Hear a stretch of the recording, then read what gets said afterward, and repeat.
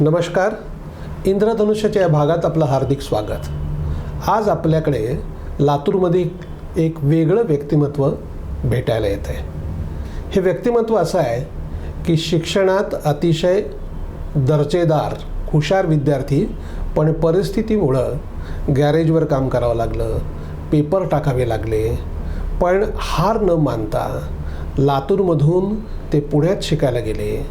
इकडे BA झाल्यानंतर तिकडे MA LLB शिक्षण घेतलं, पण शिक्षण क्षेत्रात काम करण्याची ओढ होती आणि त्यामुळे लातूरात येऊन स्वतःचे क्लासेस काढले, स्पर्धा परीक्षा केंद्र.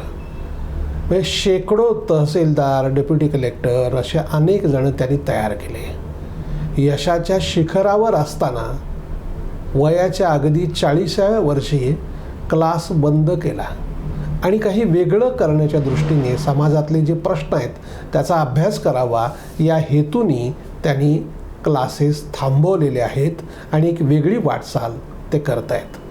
ही निश्चितच आपल्या सर्व तरुणांसाठी मार्गदर्शक आहे.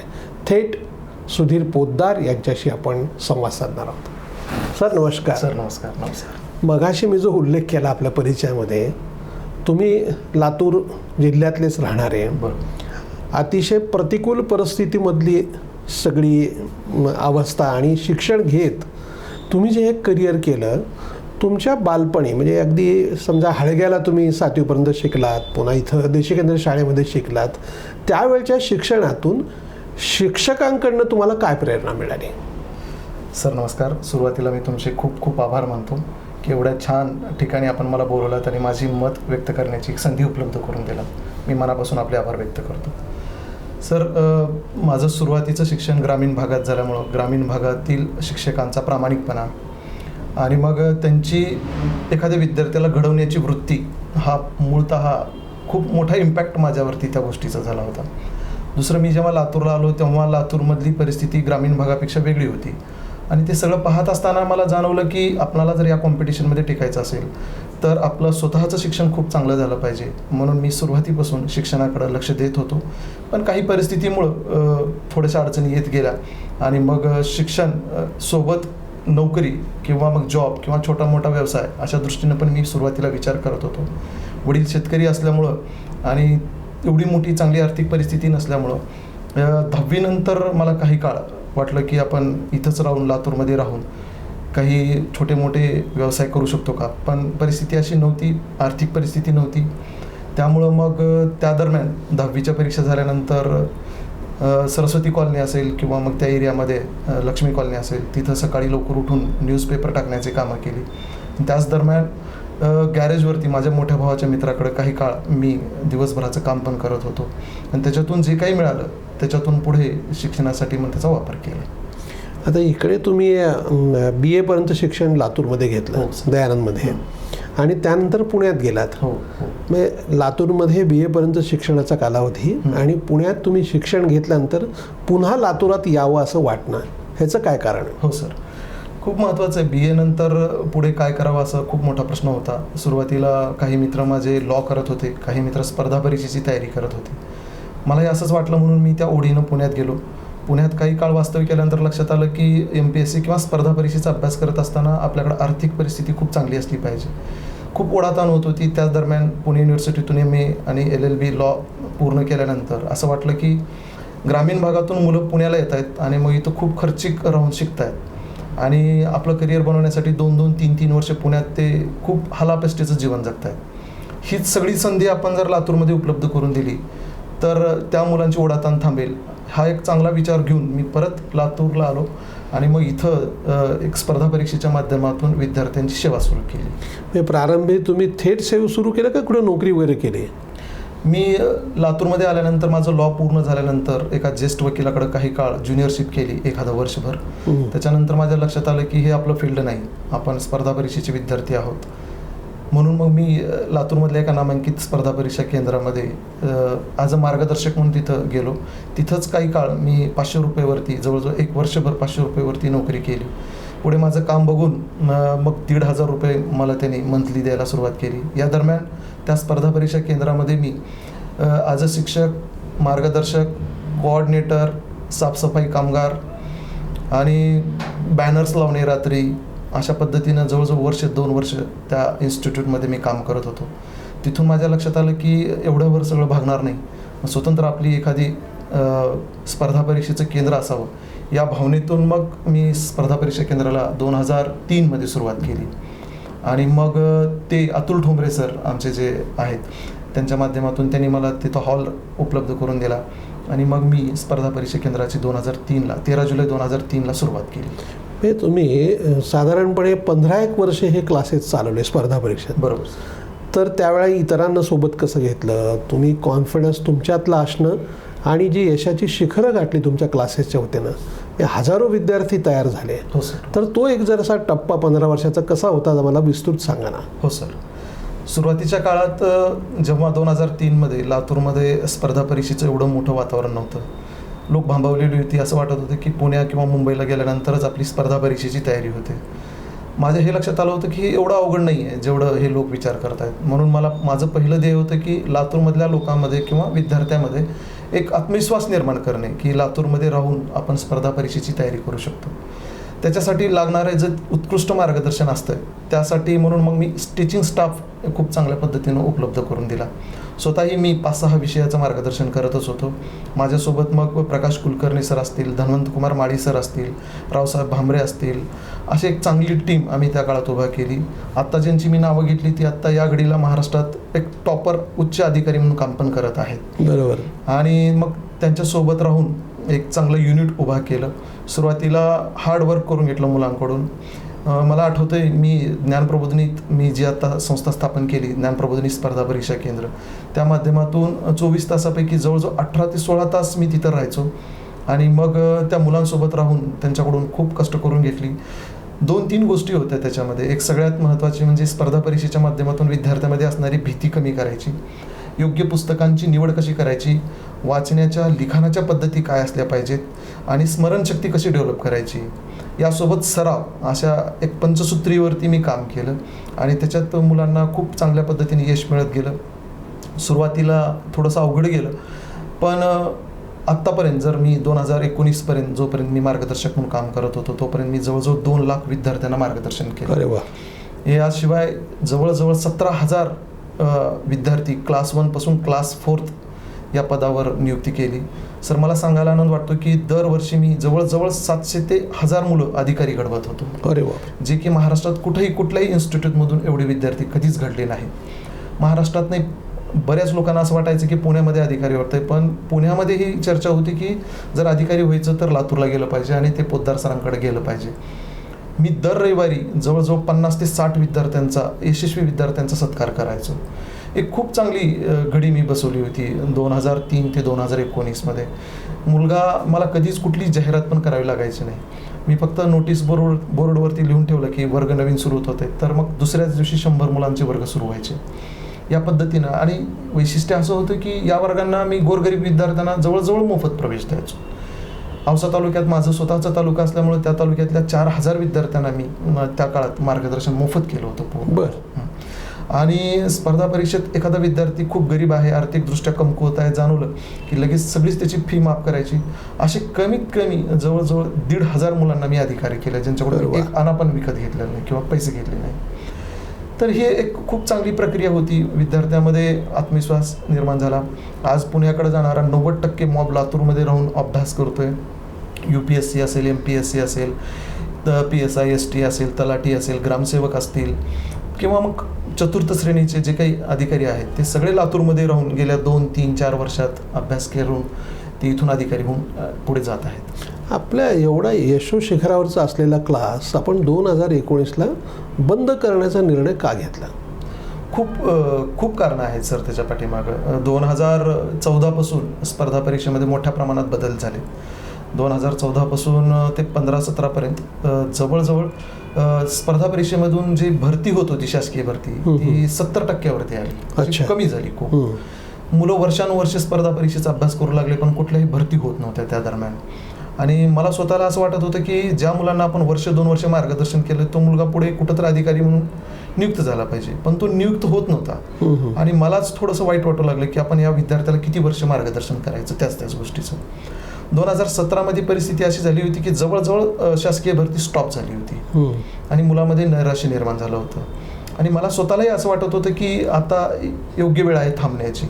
कारण काय झालं होतं सर, त्याच्या पाठीमागे एक वेगळी भाग असा होता की भारतीय अर्थव्यवस्था असेल किंवा महाराष्ट्र शासन असेल, या दृष्टीचा विचार केला तर शासकीय सेवेत जी भरती होत होती त्याच्यामध्ये खूप मोठी आहोटी निर्माण झाली होती. अच्छा. आणि या आहोटीच्या मागे कारणं खूप होती, कारण आपण प्रायव्हेटायझेशनकडे खूप वळलो होतो. म्हणजे शासकीय नोकरदारापेक्षा खाजगी नोकरी ही सोपी झाली होती, म्हणून मग स्पर्धा परीक्षेकडे येणारा विद्यार्थ्यांचा वर्ग पण कमी झाला होता. अशा दरम्यान मग मी स्वतःचं टॅलेंट तिथं वापरून किती दिवस थांबणार होतो असं मला वाटू लागलं. आणि खूप दिवसाची एक स्वतःची सुप्त इच्छा होती की या क्षेत्रापेक्षाही काही इतर क्षेत्र आहेत ज्याच्यामध्ये मला स्वतःला खूप इंटरेस्ट पण होता आणि ते चॅलेंजिंग पण होते.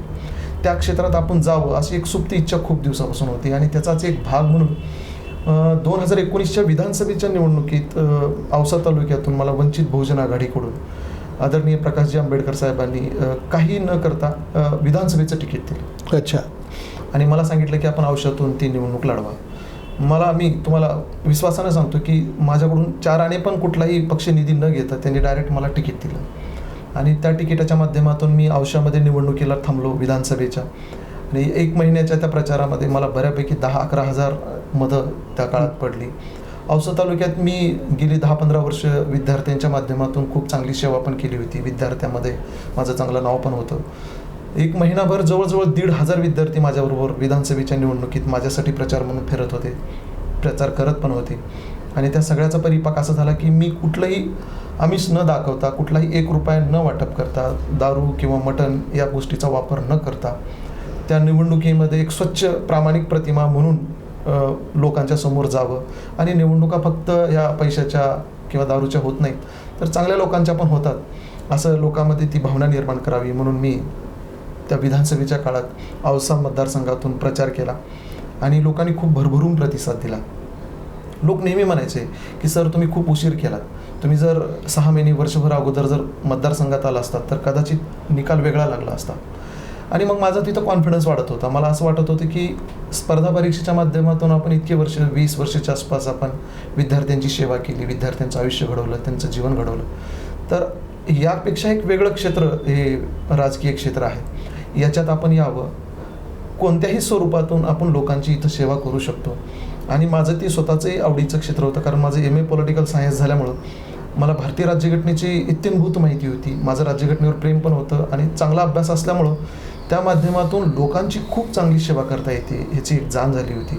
आणि ट्रॅक बदलण्यासाठी एज्युकेशनमधून किंवा शैक्षणिकदृष्ट्या ते क्षेत्र सोडून एका उच्च स्थानावर जाऊन तिथून परत फिरण्याचा मी खूप विचारपूर्वक निर्णय घेतला. झालं असं की बऱ्याच लोकांना असं वाटू लागलं की एवढ्या उच्च क्षेत्रात काम करत असताना, चांगलं काम करत असताना हा व्यक्ती स्वतःच्या पायावर दगड टाकून घेतोय किंवा मग ह्या अशा चुकीच्या ठिकाणी, राजकारणाच्या ठिकाणी तो जातोय असं लोकांना वाटलं. आणि खूप लोकांनी भेटून, फोन करून, वेगवेगळ्या माध्यमातून मला समजावून सांगण्याचा खूप प्रयत्न केला. मला बोललं की राजकारण हे तुमचं क्षेत्र नाही, तुम्ही त्या क्षेत्रात जाऊ नये, तुम्ही शैक्षणिक क्षेत्रात खूप चांगलं काम करताय, तुम्ही तिथंच काम करावं. मी बोललो की मी काय पूर्ण सोडून जात नाही, एक प्रयत्न तरी करून बघतो. आणि राजकारणातून पण एक सेवा करण्याची संधी मिळते. राजकारणाकडे बघण्याचा दृष्टिकोन लोकांचा बदलावा या दृष्टीनंही मी प्रयत्न करतो. आणि ते सगळं चॅलेंज स्वीकारून मी गेली 2-3 वर्ष राजकारणात एका चांगल्या पक्षाच्या माध्यमातून लोकांची सेवा करण्याचा प्रयत्न करत आहे. आणि स्वतःला एक वेगळा आनंद पण या क्षेत्रातून मिळतो आहे. खरं सांगायचं सर तर एज्युकेशन क्षेत्रात, शैक्षणिक क्षेत्रात काम करत असताना एक वेगळं समाधान मिळत होतं. लोकांची, विद्यार्थ्यांची मी आयुष्य घडवतच होतो. पण माझी स्वतःची एक सुप्त इच्छा होती की मी लोकांसाठी सगळं करतोय, तर मग माझ्या स्वतःच्या इच्छा आकांक्षेचं काय? ज्या वेळेस वयाच्या 40व्या वर्षी लोक स्वप्न पाहून पुढच्या आयुष्याचं नियोजन करतात, त्यावेळेस मी आयुष्याला एक टर्निंग पॉईंट द्यायचा विचार केला आणि ते एक धाडसाचा निर्णय घेतला. यात माझी मिसेस सौ संध्या सुधीर पोद्दार हिचं खूप मोठं योगदान होतं, तिचा सपोर्ट होता. ती असं नेहमी म्हणायची की तुम्हाला जे योग्य वाटतं ते करा, मी तुमच्या कोणत्याही परिस्थितीत सोबत आहे. मग मला ते असं धीर आल्यासारखं वाटायचं आणि वाटायचं की ही सोबत आहे तर आपण काही करू शकतो. मग मी तिला बोलायचं, समजा आपल्या आयुष्यात वाईट परिस्थिती आली तर ती सोबत राहणार का? ती बोलली, मी कसल्याही वाईट परिस्थितीत तुमच्यासोबत राहील. अशा चांगल्या गोष्टीमुळं मग मी निर्णय घेतला की आपण राजकारणात आपली स्वतःची जी काही इच्छाशक्ती आहे त्यानुसार काम करायचं, लोकांची सेवा करायचं. आणि जे काही राजकारणाबद्दल लोकांची मतं आहेत त्याच्यात आपल्या परीनं बदल करण्याचा आपण प्रयत्न करायचा, म्हणून मी राजकारणात आलो. सर, आता तुम्ही काँग्रेस पक्षामध्ये मला वाटतं ओबीसी सेलचे प्रमुख म्हणून काम मी करता. सर मराठवाडा विभागीय अध्यक्ष आहे महाराष्ट्र प्रदेश काँग्रेस कमिटीच्या. मला पक्षाने खूप चांगलं सपोर्ट पण केला, मला इज्जत पण दिली, मला सन्मान केला. सुरुवातीच्या 6 महिन्यातच मला आमचे जिल्हा अध्यक्ष आदरणीय श्रीशैल उडगे दादा यांनी माझ्यावर खूप चांगला विश्वास ठेवला. मला औसा तालुक्याचा पक्ष निरीक्षक म्हणून नेमलं लगेच, माझा अभ्यास बघून, माझं काम बघून. त्याच्यानंतर लगेच आपल्या लातूर जिल्ह्याचे पालकमंत्री आदरणीय श्री अमित भैया देशमुख साहेब, आदरणीय आमदार श्री धीरज देशमुख साहेब आणि आमच्या सर्वांचे प्रेरणास्थान असलेले सहकर्मशी दिलीपरावजी देशमुख साहेबांनी माझ्यावर विश्वास ठेवून महाराष्ट्र प्रदेश काँग्रेस कमिटीकडे माझी ओबीसी मराठवाड्याचा विभागीय अध्यक्ष म्हणून जबाबदारी देण्याची शिफारस केली आणि ती शिफारस लगेच मंजूर झाली आणि पुढच्या 8च दिवसात माझी मराठवाडा विभागीय अध्यक्ष म्हणून नेमणूक झाली. आता तुम्ही जे गेले 2-3 वर्षापासून काम करतायत, तर तुमची जी एकूण राजकीय पक्षात काम करण्याची जी आवड आहे, योग्य वातावरण मिळते, लोकांकडून चांगला प्रतिसाद मिळतोय आणि काम आपल्याला करत राहायचं अशी इच्छा आहे का? 100% सर. बऱ्याच वेळेस असं म्हटलं जातं की राजकारणामध्ये पैशाचा खूप आवश्यकता आहे, पैसा आवश्यकता आहे, जातीला पण खूप महत्त्व आहे आणि मग तुमचं स्टेटस पाहिजे, काहीतरी राजकीय पार्श्वभूमी तुमची पाहिजे. याच्यापैकी माझ्याकडे काहीच नाही आता या घडीला. माझ्याकडे एवढा पैसा नाही आणि मी ओबीसी समाजाचा असल्यामुळं तशी राजकारणात आवश्यक असणारी जात पण माझ्या पाठीमागं नाही आणि राजकीय पार्श्वभूमी तर कुठलीच नाही, कारण माझ्या घरातून कोणीच राजकारणात नव्हतंच आणि नाही पण. असं या चॅलेंजिंग क्षेत्रामध्ये आपण जायचं असं ठरवल्यानंतर माझ्या लक्षात आलं होतं की इथं अभ्यासू आणि प्रामाणिक कष्ट करणाऱ्या व्यक्तीला किंमत आहे हे सुरुवातीच्या 6 महिन्यातच मला कळलं होतं. जसं लोक सांगत होते की शैक्षणिक क्षेत्रातून राजकारणात तुम्ही येऊ नका, तसंच हजारो लोक असे होते की तुम्ही खूप चांगल्या ठिकाणी आलात आणि तुमच्यासारख्या लोकांची राजकारणात गरज आहे. हे पण एक ऊर्जा देणारं वाक्य मला नेहमी ऐकवण्यात येत होतं आणि काँग्रेस पक्षातून आदरणीय श्रीशैल उडगे दादा, ज्यांच्यावर मी खूप चांगला विश्वास ठेवतो, त्यांनी मला सातत्याने प्रोत्साहन दिलं की तुम्ही काम करा, तुमच्या कामानुसार तुम्हाला पद मिळतील, पुढे सेवा करण्याची संधी मिळेल.